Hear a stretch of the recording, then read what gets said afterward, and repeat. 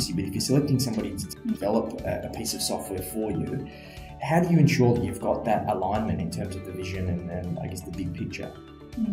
I think you need to spend a bit of time with them and understand, I guess, their business and maybe some ideas of who they've worked with before.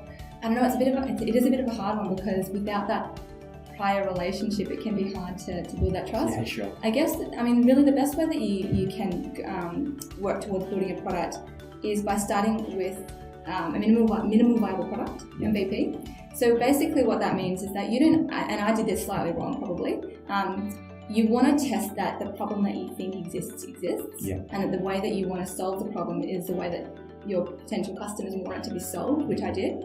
But once you know that they're both reality, that there's a problem and that the way that you want to solve it will be valuable, find a way that you can test that in reality without building anything. A good challenge is you have a little budget. You could end up door knocking. You could go down to the low. It's scary that you should do it. And one of the things that I did do well is because I was told to do it. Is that I went out to small business owners that were just at the shopping centre, and I asked them if this tool existed. Do you find marketing hard? What do you find hard about it? If this tool existed, what would you want it to be like? And I was going to build it on a phone, for example. And they told me, well, if I'm learning things and applying things, it needs to be on a desktop computer, for example.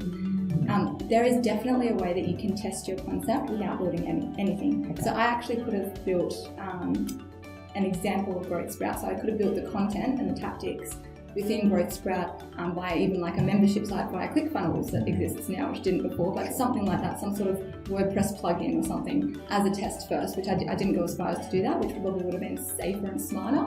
But we are now, kind of working through like lean startup methodology. So basically how I work with my developers now is I just pay them per hour, and we work through one change. First of all, I'll actually ask my users if they want the change, and I'll give them some options of how that might pan out and look in reality. They'll vote on it, they'll vote on priorities, then we'll build it, and we'll just build one thing at a time, because usually by the time we finish one thing, what's going to happen next will be different. Sure. So we kind of evolve with them. And what we're doing at the moment is, wherever possible, instead of hard coding something into the platform, we're figuring out how we can say, add a button that links to an external website that's built in WordPress, which is just a page that I can hack together in an hour. Okay. Test it. Is it valuable? If it's valuable, then go spend the $5,000 or $10,000 on building it into the platform itself. Yeah, fantastic.